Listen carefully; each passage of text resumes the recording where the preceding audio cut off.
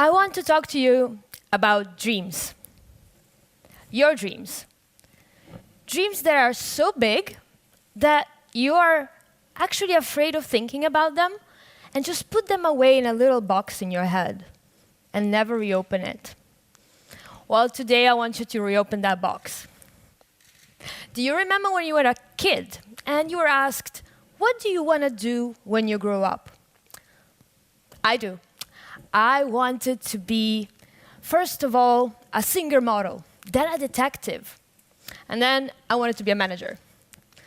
A lot of friends of mine wanted to be astronauts and pilots, and then they grew up and settled to be salesmen and accountants who played a lot of video games related to space.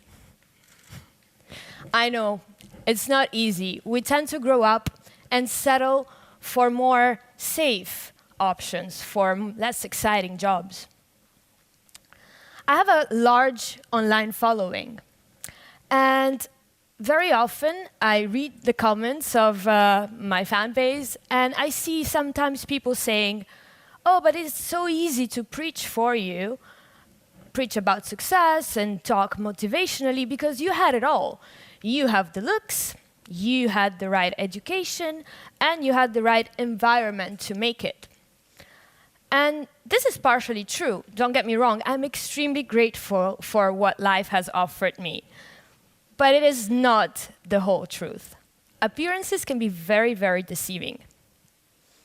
I am the daughter of two very young immigrants who moved from a very unstable environment in Russia to the Italian part of Switzerland. And when as a very little kid I moved, the country was not acquainted to immigrants at all. So my parents and I were a very lonely, very isolated family who didn't speak the language nor had any friends. And even I, as a little kid, was not accepted in school straight away. For instance, when a very popular girl threw a birthday party in elementary school, and it was like the event of the year, and I was waiting for it forever, she invited everybody, but me and a couple of other non-local girls. So I was left standing with in one hand balloons, and another hand my present, and I could not understand why would she let me out. So that night, I went to my parents, and I could not sleep at all. I was crying and asking them, what did I do wrong? Yes, it hurt a lot, but I reacted, and this formed my character. So quite quickly, I actually became one of the best students in school. And even for my parents, on the flip side, by not having a community that would speak their language or that would share their mentality and their traditions, forced them to integrate way quicker into the new community, into the new society. And for me, to grow up in very close to the Italian culture and to feel fully at home in it. So then years went by. As a teenager, my parents separated, and money became extremely tight. So I had to figure out a way, because I wanted to study, so I had to figure out a way to finance my studies. And so I did.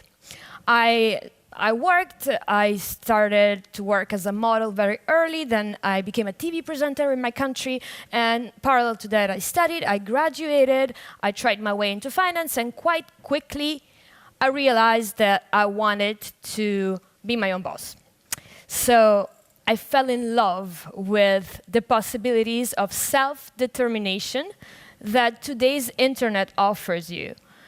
And I became my own boss by being what they now call a digital influencer in the fashion sphere.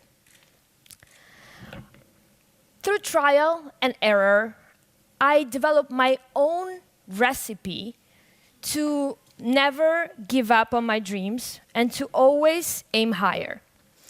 And by no means I am a life coach or an expert in this field, but I think this has worked magic on me, and I feel extremely obliged to share this with you.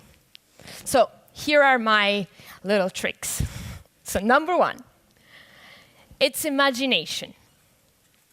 Draw your vision. Do you want a bigger house? Or you want a loving girlfriend? Or maybe you want to discover a new miraculous medicine? Do you want to travel the world and start a new business? It doesn't matter. Write it down by hand and draw it too. Even if you're not good at it, just draw it.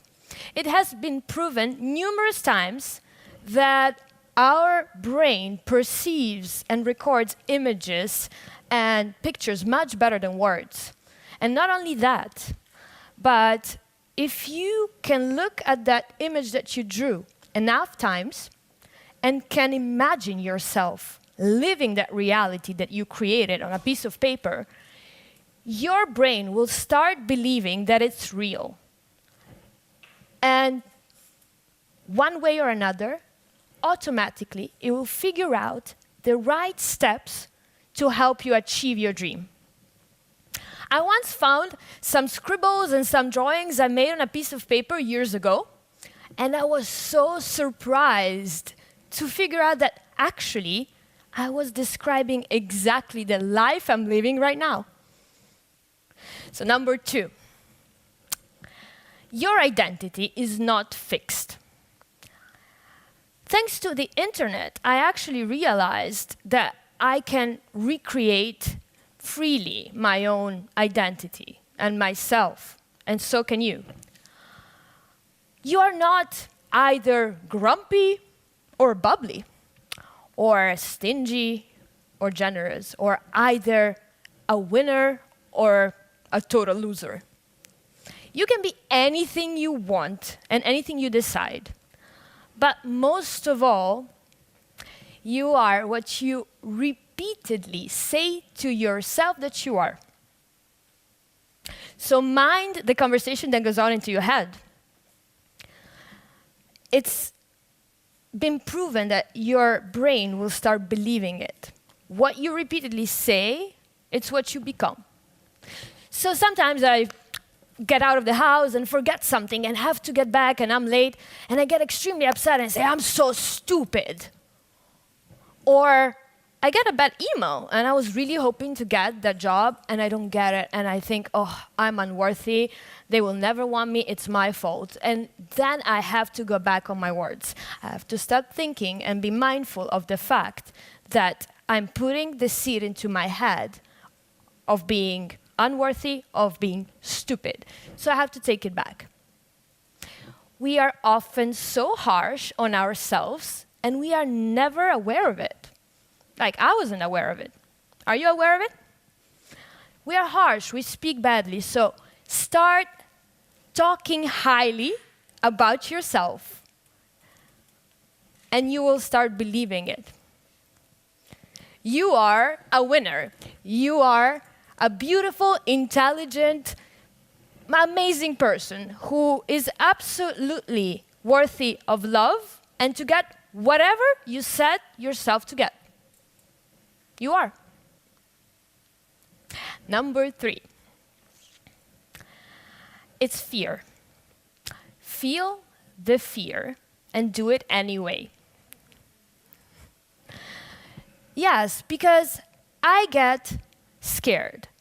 And it's normal to have doubts and to be unsure.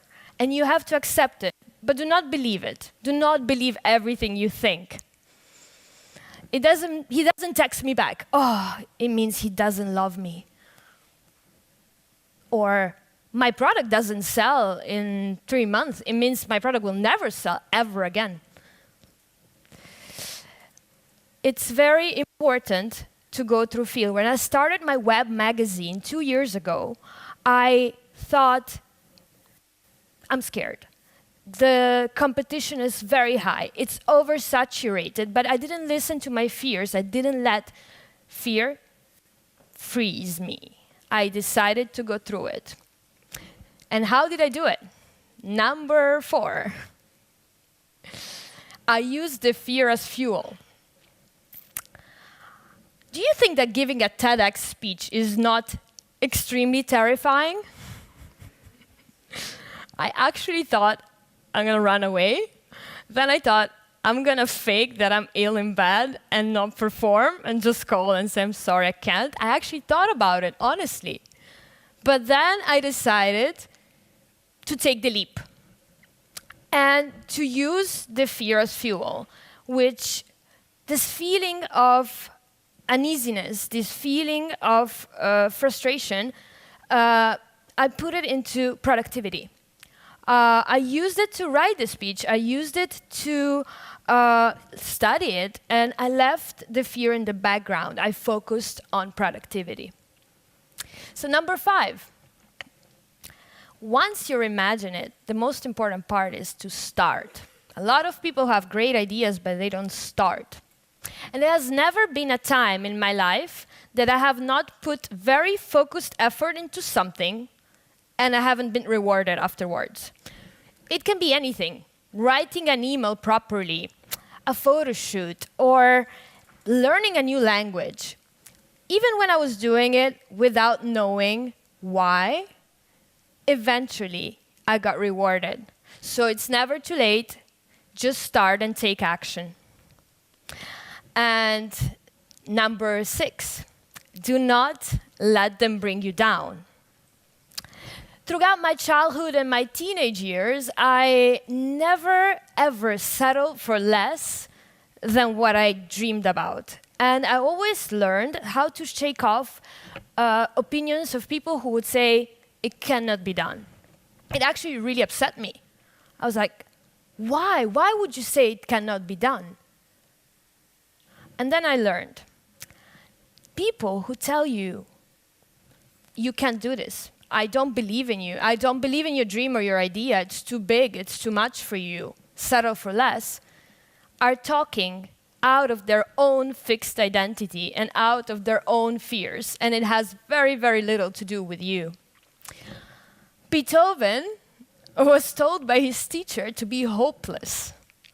Oprah was said to be extremely unfit for television news. Me too. I was a small-town girl with a big dream, and now I get to travel the world, to speak to an audience like this, and to live the job of my dreams. And number 7. Number 7 is to commit to your dream. Life will test you and expect for it to test you.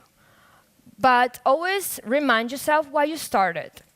Persistence and commitment are the biggest key ingredients in any successful venture. So whether it's just publishing a picture on a social network, or writing an article on my web magazine, or shooting a video for a brand I work with, I always put full commitment and 100% of my effort to do the best I can. A lot of people have big dreams, but got scared somewhere along the way and stopped daring. And then what happens? They become part of someone else's vision and of someone else's dream.